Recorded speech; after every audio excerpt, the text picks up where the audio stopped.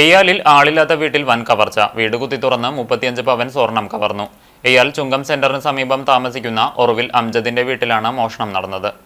പാലക്കാട് കഞ്ചിക്കോടുള്ള സ്വകാര്യ സ്ഥാപനത്തിൽ ജോലിക്കാരനായ അംജദ് ജോലിസ്ഥലത്താണ് താമസിക്കുന്നത്. വീട്ടിലുണ്ടായിരുന്ന ഭാര്യ ഫാദിയ, മാതാവ് നഫീസ എന്നിവർ കഴിഞ്ഞ തിങ്കളാഴ്ച ബന്ധുവീടുകളിലേക്ക് പോയതായിരുന്നു.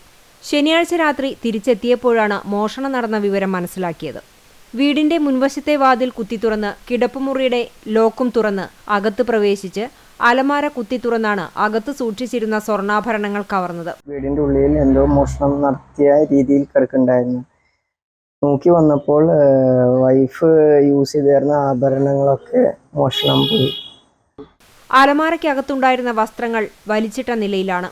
Kunnamkulam ACP CR Santhosh, Erumapetty inspector JS Ashwini, SI KV Johny എന്നിവരുടെ നേതൃത്വത്തിൽ പോലീസ് സ്ഥലത്തെത്തി അന്വേഷണം ആരംഭിച്ചു.